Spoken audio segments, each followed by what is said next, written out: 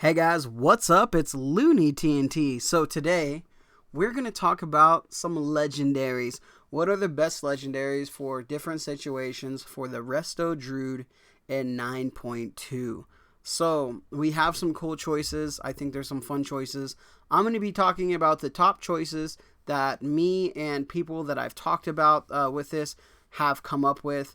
There are always going to be different choices that you guys can make to help you guys out in different situations. These are just hey, this is a good option. You don't want to think about it. You want to roll with it. This is the way to go. That's the legendaries that we're going to talk about today. Now, before the video starts, 90% of my viewers are not subscribed. So if you guys are not subscribed, if you guys can just hit that subscribe button, it would help this little channel so much. If you wanted to be like super extra awesome, you guys can hit that like button. I'm not asking you guys to hit no notification bell or anything like that. You guys can come back when you guys please. But that said, subscribing and liking the video, those will help me out tons. Alright, let's go ahead and let's talk about some legendaries. So, currently I am Night Fae. Kyrian and Night Fae are two really good choices. Kyrian was the choice until it got nerfed. And then you kind of have that, alright, well, I do like Night Fae, so I'm going to go Night Fae, and it definitely is a good option. But it doesn't matter if you, what you guys are, we're all going to get a Covenant Legendary that is going to be 291, and you guys are going to be starting off getting that in the belt slot. I'm going to personally keep it in the belt slot, but you guys can definitely mix and match if you guys would like. So currently this is the Night Fae one. It can only be put on legs or feet, but when we get everything set up, you guys will be able to put this in any slot that you guys choose. But like I said, I'm just going to keep it on the waist, and we're going to be good to go. Now, I just started playing Druid in 9.2. I'm really excited about it, and I've talked to so many different players that play this class and this spec, and I wanted to get some really good information on what legendaries I should pick, because I'm going to be dropping, hundreds of thousands of gold trying to get these legendary slots, and I wanted to make sure that I made an okay choice. So I've talked to people that run heroics. I've talked about people that are getting into mythic raiding, that will be raiding the next tier. They're just getting all their gear ready for that mythic not mythic first world race, but ready to start getting those mythic bosses down.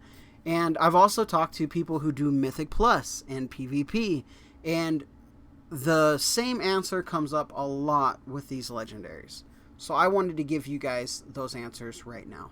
So maybe you're a raider, right? We all have our Covenant spot. That's going to be one of our two legendaries. That one's set. It's in the belt slot. But what about our other legendaries? Now, if you guys are a raider and you guys want to do some raiding, the Mother Tree is an amazing legendary. And that is one that I'm going to be putting in the wrist slot. The reason I'm going to be putting that in the wrist is because I don't want to take up a leg slot for my tier set. Now, if you guys get your tier set and you have a leg slot open, it's definitely cool that you guys can put in the leg slot. But for me personally, I'm going to be putting in the wrist slot. Now, a wild growth has a chance to give you 3 additional rejuvenations or regrowths. A 40% chance after you cast wild growth. That is huge. Wild growth is an amazing AoE healing effect that we have, and to give it even more power is something that I'm really excited about. This is the one I roll anyway. I actually have it in my leg slot, but I'm going to be recrafting it into my wrist slot, because, it's just a super powerful legendary, and I'm really excited about it. So if you're looking to raid, there's the legendary you guys want to go. Now, let's say that you want to do some Mythic Plus or some PvP. The great thing about this is both of those have the same legendary. Now, I don't have this legendary yet, but we're going to be working on getting this legendary. This legendary right here is amazing. So, Swift Mend no longer consumes a heal over time effect. That is insane. That right there, that's great. But there's also more. It extends the duration of the heal by 10 seconds. By 10 seconds. That is great. Now, What this is awesome for is because Swift Mend is a very powerful heal we have, especially if you talent into it to buff your other heals. It's going to be a no-brainer, right? When we're running Mythic Plus and we're trying to get to the next group, we're trying to time the key, there's a lot of movement. And when we're trying to move and we're trying to heal, Swift Mend, big heal. That's going to be great for us. Plus, it doesn't take the heal over time, and it extends the duration. It's going to help us out so much with anything that you're trying to do for Mythic Plus. PvP, obviously, right? PvP, we're going to be casting this a lot. Depending on the talent choices you take for PvP, maybe you want to have some fun and you have the instant cast Wild Growth for PvP, who knows? And you hit that Swift Mend into a Wild Growth. Everything's buffed, you know, because those you just see heals going everywhere, right? Because you just buff that Wild Growth, and you still have the heal, and it's even longer. It just sounds like a lot of fun to me. So these are the legendaries that I'm going to be rolling with, and I will actually be rolling with this on my back. So your Covenant legendary, whatever you go, I'm going to personally have that on my my belt, and I'm going to have this one on my back. And then I'm going to have my rating one right here on my wrist. So those are the 3 legendaries that I'm going to have. You guys can definitely create more. I'm just not someone who likes to run a lot of Torghast, so I personally don't want to get a lot of Soul Ash and the Soul, whatever they're called. You know, there's another currency too. The newest currency that you get from ZM, super easy to get.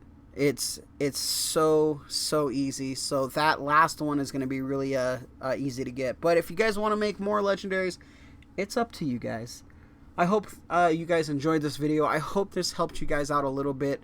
I was really just not sure what to pick because the legendaries are so expensive. The base pieces.